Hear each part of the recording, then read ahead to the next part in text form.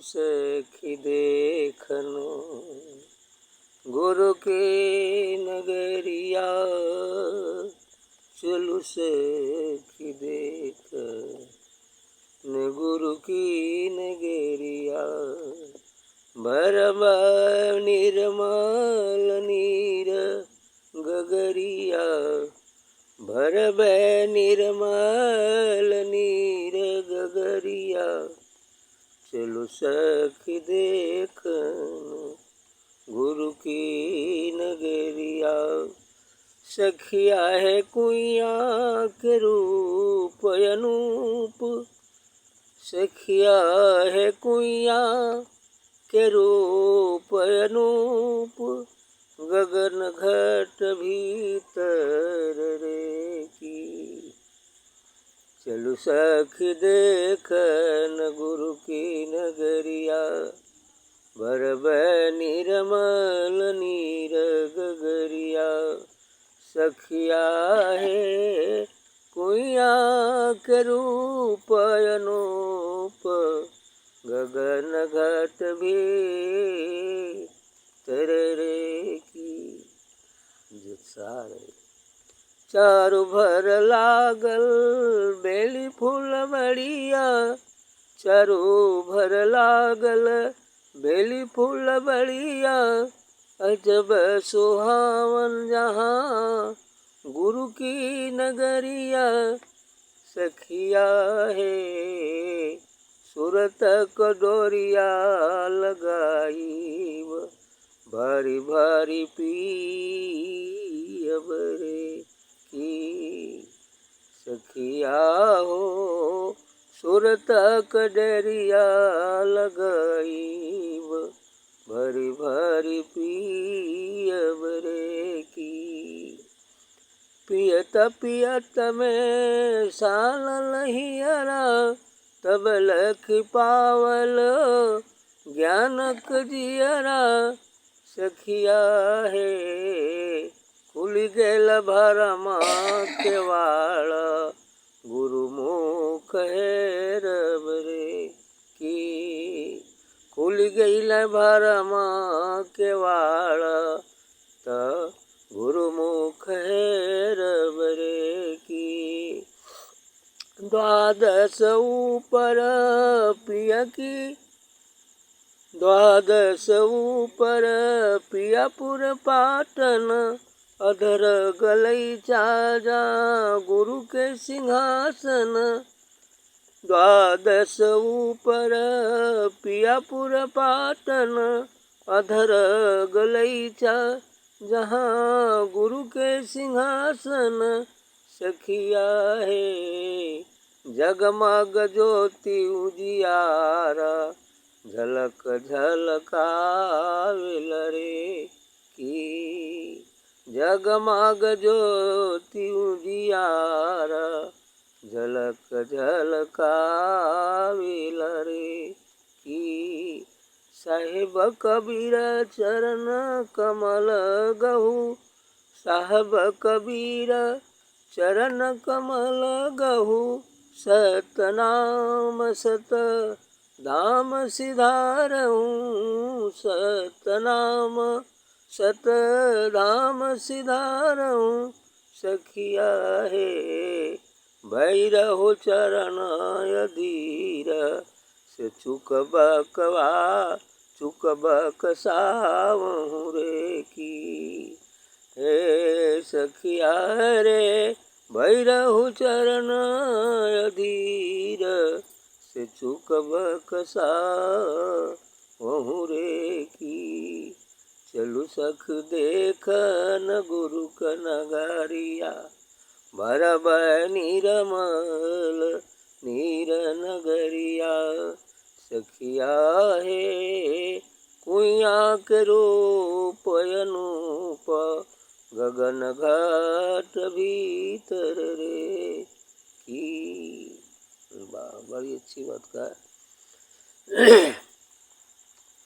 चलो सखु देखन गुरु की नगरिया, भरब निर्मल नीर नगरिया। गुरु शरीर नहीं, गुरु दिव्य प्रकाश पुंज का नाम, जो अधर में निवास करता है, उस अमर लोक में निवास करता है। गुरु की नगर वही अमर लोक है और सतगुरु परमात्मा इसके आगे निरक्षर अगम अनाम लोक यानी निरक्षर के रूप में सतखंड में।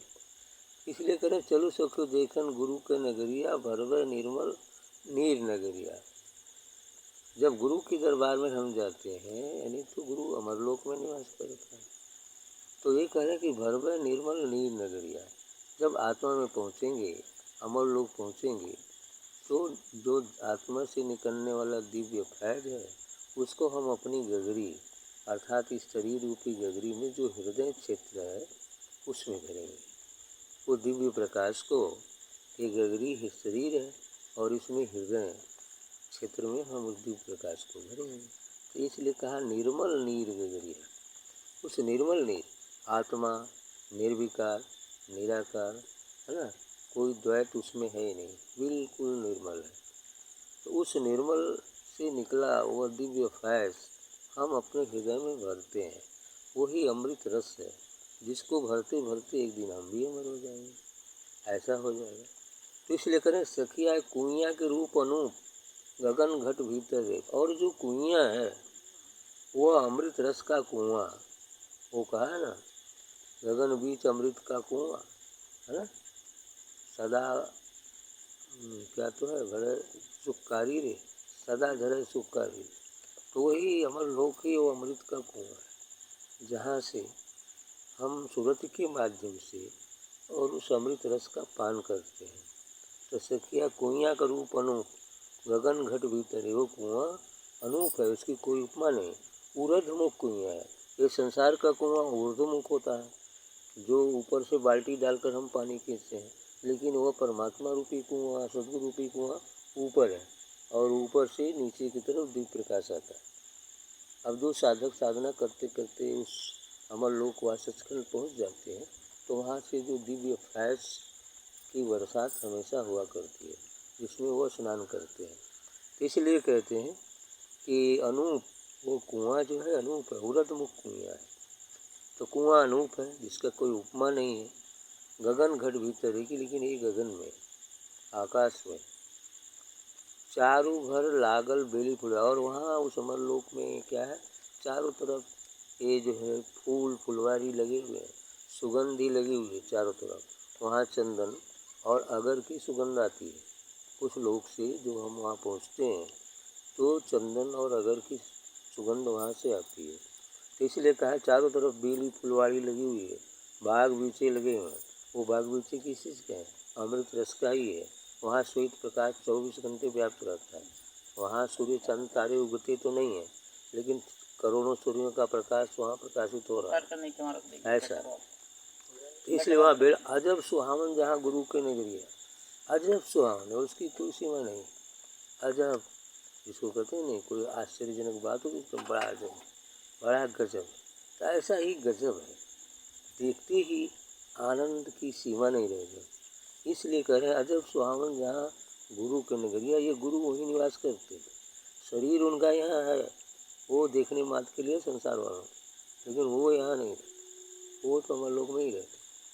जरूरत पड़ने पर आकर संसार का भी काम कर लेते हैं, वो अलग बात, लेकिन उनका निवास तो अमर लोक व सचखंड ही होता। सखिया सुगत के डोरिया लगाए भरी भरी पिए की। तो वो कोना से कैसे पानी खींचेंगे हम। अब ऊपर ये तो कोना में नीचे रस्सी डाल देना, इसको ऊपर बढ़ाना पड़ेगा रस्सी है ना। वो सूरत अर्थात ध्यान की डोरी कह रहे हैं कि सूरत का डोरिया लगाई। सूरत मतलब ध्यान की डोरी हम वहाँ भेजेंगे ध्यान के माध्यम से अपनी सूरत को तमाम लोगों को क्रॉस करते हुए जब हम शून्य में पहुँचेंगे तब वहाँ से पानी मिलेगा है ना।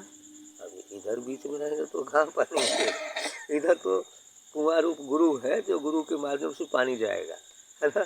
लेकिन गुरु कहाँ से कनेक्ट करेगा, वहाँ से कनेक्ट करेगा। जैसे 11,000 वोल्ट से आप बिजली कनेक्ट करके 440 वोल्ट का ट्रांसफार्मर होता है और 440 वहाँ से तो जो भी जितना चाहिए 220 440 वो ट्रांसफार्म करता है। तो ये 11,000 वोल्ट सहन नहीं कर पाएगा, ये तार ये बल्ब कुछ नहीं सहन कर पाएगा।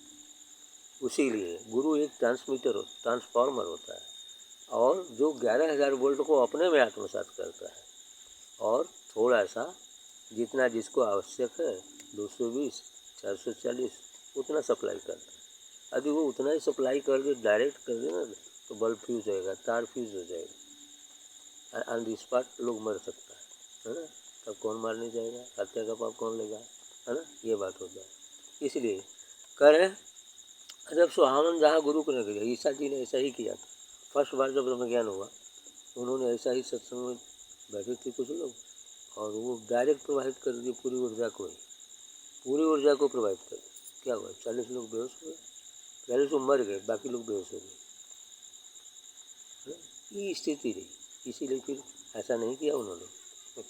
फिर सत्संग प्रवचन होता रहा, लेकिन ऐसा नहीं। ऐसी चीज़ें सखिया सूरत के डोरिया लगाई, अब भरी भरी पिए भरी पिए, भर भर जितना इच्छा है सूरत के माध्यम से, और उसको पीजिए। और यहाँ तो ये क्या ना कि यहाँ ठाड़ा है भरल जला, यहाँ तो लटक के भरते हैं संसार में ना, यहाँ तो ठाड़ा है ऊपर मुक्ति ऊर्धमुख किए, और ध्यान को ऊपर भेजेंगे, ऊपर भेजेंगे तो वहाँ से अमृत रस आएगा और ठाड़ा ठाड़ पी लेंगे। ऐसा ही होगा, ऐसा होता।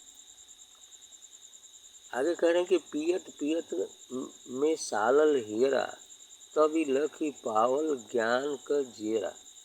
ऐसा पीते पीते पीते तब कभी हृदय में उस परमात्मा, उस सदगुरु के दिव्य स्वरूप से मिलने की विरह जागृत हो।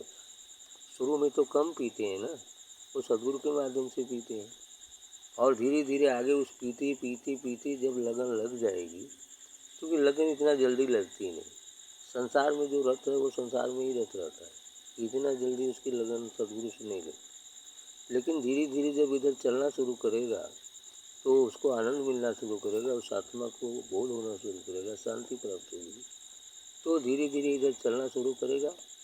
तो एक दिन यही थोड़ा थोड़ा पीते पीते जब ललक लग जाएगी तो बेचैनी होगी, बेचैनी अंदर में जागृत होगी कि कैसे हम उस सदगुरु व परमात्मा से मिल सकें। अभी तभी विरह की स्थिति आ जाएगी, और जब विरह की पराकाष्ठा पहुँचेगी, पराकाष्ठा हो जाएगी तो मिलन हो जाए, तो परमात्मा से मिलन हो जाएगा। लेकिन विरह की पराकाष्ठा में, जैसे कोई रेगिस्तान में प्यासा हो और प्यास इतनी तीव्र हो कि पानी के लिए अब उसके प्राण आवतव हो रहे हैं, आवतव कर रहे हैं प्राण, अब पानी नहीं मिलेगा तो प्राण निकलने ही वाले हों, ऐसी स्थिति आ जाएगी साधना ध्यान सत्संग करते करते, तो परमात्मा दिख जाएगा, नो डाउट, निसंदेह दिख जाए, कोई दिक्कत नहीं होगी। लेकिन यह विरह आएगी तो आगे कह रहे हैं कि सखिया है खुल गए भरम केवाड़, गुरुमुख हेरब रेखी। अब आगे कह रहे हैं नहीं, जब पियत पियत में सालल ही रहा, जब हीरा में वेदना जागृत हो जाती है तो भरी लख पावल ज्ञान का जीरा, तब वहाँ ज्ञान का दीपक जल जाता है, तब वहाँ आत्मबोध हो जाता है। जब ऐसा विरह जागृत होता है तो आत्मबोध हो जाता है, तब वहाँ शरीर और मन होते हुए भी हम शरीर और मन नहीं होते, वो तो दिव्य प्रकाश पुंज ही होते, वो आत्मा रूप, वह नूर ही हो जाते हैं। हालांकि वह नूर इन साधारण आँखों से, चांद की आँखों से देखने में तो नहीं आएगा, लेकिन दिव्य आँख जब खुल जाएगा तो देख सकते हैं उस नूर को। सखिया खुल गयल भरम केवाड़, गुरुमुख हेरब रेखी। अब यहाँ पर जाते ही वो भ्रम का जो दरवाज़ा था अभी, वो केवाड़ खुल जाता है, अर्थात जो ये सत्य, ये संसार तो झूठा ही झूठा है, जो दिखता है वो सभी झूठा है, जो दिखता है वो सभी असत्य है, जो असत्य है वो दिखता ही नहीं है, और सत्य के कारण ही असत्य का अस्तित्व है। यदि सत्य न हो तो असत्य टिकेगा ही नहीं, है ना। यदि प्राण न हो तो शरीर टिकेगा नहीं, टिकेगा। अभी प्राण ही सत्य है, जो बोल रहा है वो सत्य है, आज जो जिसमें से होकर बोल रहा है वो असत्य है। हालांकि दोनों का अपनी जगह स्थान उचित है, क्योंकि यदि शरीर नहीं रहेगा तो भगवान को जानेंगे कैसे, है ना। तो इसलिए शरीर भी जो अपनी जगह पर उपयुक्त है, लेकिन सत्य को जानने के लिए तो स्नेह शरीर होना पड़ेगा ना। ध्यान साधना के माध्यम से जब हम शरीर और मन से ऊपर उठ जाते हैं तब इस आत्मा का साक्षात्कार होता है। एक स्थिति में यदि जो शरीर और मन को देखता है वो कभी आत्मा परमात्मा को नहीं देख सकता, और जो आत्मा परमात्मा को देख लिया वो शरीर होते हुए भी शरीर नहीं होता है। तो सखिया खुल गए भरम केवाल, गुरुमुख हेरब रेखी। अब वो गुरुमुख हो जाता है, आत्मा की तरफ ही बस उन्मुख रहता है। यही तो स्थित प्रज्ञ की स्थिति होती है। 24 घंटे वो आत्मा परमात्मा में ही है, लेकिन संसार के कुछ कर्तव्य कर्म को निष्कामता के साथ करते भी जाते। आगे का वर्णन बोल रहे हैं कि द्वादश ऊपर पियापुर पाटन कि 12 कोस साहिब का डेरा कबीर साहब ने ही कहा है। ये 12 कोस 12 कोस की यात्रा है, भंवर गुफा तक ये यात्रा है। भंवर गुफा 12वां मंडल है ना, ये भंवर गुफा का 12वां मंडल है ना। क्या बताया उसमें ये यम नियम क्या यही ना है, यम नियम आसन प्राणायाम प्रत्याहार धारणा ध्यान और समाधि है ना। ये समाधि स्थिति में जाने पर हम जो है अपने आत्म क्षेत्र में पहुँच जाते हैं। इसके आगे ये जो है क्या है मूलाधार, ये जो 12 मंडल है उसका पहला मंडल मूलाधार, दूसरा स्वाधिष्ठान, तीसरा मणिपुर, चौथा हृदय चक्र, पाँचवां कंठचक्र, छठवां आज्ञा चक्र, सातवां सहस्रार और आठवां बंकनाल, नौवां त्रिकुटी, 10वां दशम द्वार, 11वां जो है वो महाशून्य की स्थिति, 11वां है वो दशम द्वार के आगे। अब आप जो है वो महाशून्य में पहुँचेंगे और भंवर गुफा 11वां, इसके बाद 12वां मंडल आपका है सचखंड। ये 12 कोस की यात्रा करनी, वो सूरत के माध्यम से यात्रा करती, शरीर यहीं रहता है, हम ध्यान के माध्यम से 12 कोस की यात्रा करते। इसलिए कबीर साहब ने कहा कि 12 कोस 12 ऊपर पियापुर पाटन, जो प्रीतम का नगरी है, परमात्मा का जो लोक है वो 12 कोस है, 12 कोस के बाद है। इतने मंडल हैं, एक एक मंडल कई हजार योजन के होते हैं, इतनी दूरी है ना, कई हजार योजन है। ऐसा ही एक एक मंडल को क्रॉस करना धीरे धीरे पड़ता है, लेकिन सबकी गहराई चिट्ठी का ही कई हजार योजन वहाँ अंधेरा ही चिट्ठी पर है ना। ऐसा ही 12 ऊपर पियापुर पाटन अधर गलीचा जहाँ गुरु की सिंहासन। तो ये 12 को तो प्रीतम रहता है, परमात्मा रहता है, लेकिन आगे करें अधर में गलीचा बिछा है गुरु का। वो अधर क्या है? शून्य। अधर माने होता है बीच, ऊपर 12 कोस उधर परमात्मा, बीच शून्य हो गया। अब शून्य के बाद इधर संसार तक किसी इधर नीचे है ना, तो ये नीचे। और शून्य क्या है? शून्य में वही दशम द्वार, शून्य दशम द्वार जो है आपका, जहाँ 10वां दरवाजा खुलता है और हम अमर लोक में प्रवेश करते हैं। तो यहाँ गुरु का स्थान है। गुरु यहीं शरीर रहते यहाँ निवास करता है, आत्मा में निवास करता है। जब शरीर छोड़ देता है तो फिर वहाँ से अब लोक में चला जाता है, उस साहब के यहाँ चला जाता है। 20 सूर्यों के प्रकाश के साथ लेकर वो अपने देश सचखंड पहुँच जाता है। लेकिन जब तक शरीर है अधर में, चूँकि अधर में रहेगा तब इधरों भी रहेगा, उधरों भी रहेगा संसार में भी रहेगा और उधर परमात्मा के अनुभव में भी रहेगा। ऐसे इसलिए बीच में स्थान है। कबीर साहब ने कई जगह कहा है कि बीच में मड़ई छवाने की बात है ना, अधर में मड़ई छवाने की बात, शून्य में मड़ई। शून्य में मड़ई तो वहाँ घास फूस थोड़ा ही रहेगा, बस खाली निवास वहाँ रहता है ना, मन लोग जो दिव्य प्रकाश है। ठीक है। सखिया है जगमग ज्योति उजियार झलक झलकावे ले रखी। आगे बताना, सखी जो सीखने को तैयार है, शिष्य को ही सखी कहा जाता है। जो सीखने को तैयार है कि नहीं हम सीखेंगे अध्यात्म विद्या क्या है, तो उसे सखी आकार में जो सीखने, इसी को शिष्य भी बना, इसी सीख से ही सिख भी बन गया।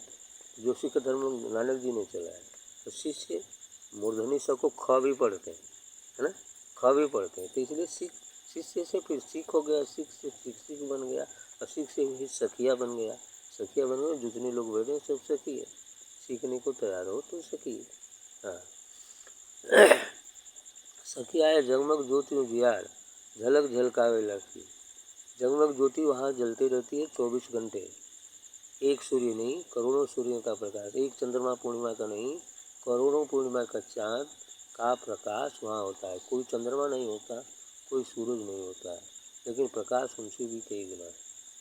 इसलिए उस प्रकाश में ही उस अमृत रस का पान करते हुए संतजन वहाँ निवास करते।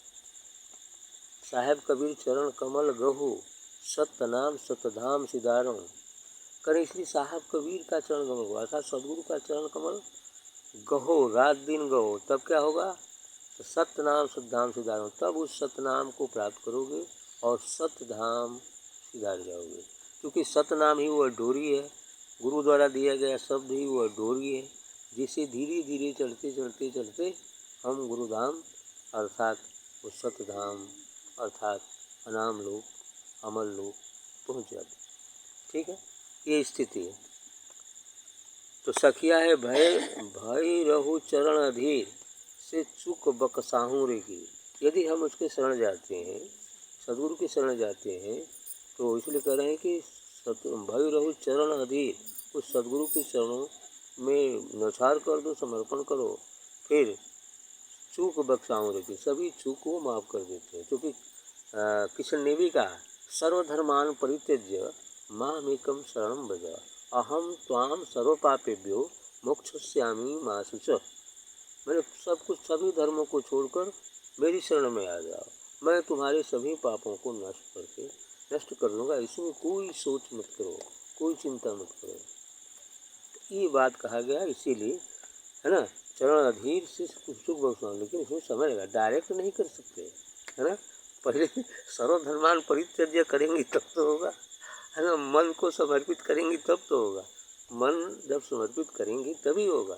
समर्पण के साथ जब ही समर्पण करेंगे तो सर्वपाप मोक्षयिष्यामि हो जाए, है ना। लेकिन कोई मन तो दे ही नहीं पाता है ना, शरीर भी नहीं दे पाता, शरीर से बड़ा कोई शरीर भी करता है लेकिन मन और घरे रखे रहता है। अभी शरीर भी यहाँ हाजिर है तो मन कहाँ है, घरे में है, ऐसा कि वो उपस्थिति नहीं होती। जहाँ शरीर है मन कहीं और है, तो मन जहाँ रहता है उपस्थिति वहाँ मानी जाती है। आध्यात्मिक दृष्टिकोण आप घर में और अब मन आपका यहाँ है तो यहाँ उपस्थित है, लेकिन आप यहाँ है और घर मन में है, किसका मतलब आप मन में घर में उपस्थित है, यह नहीं है, ये स्थिति होता है।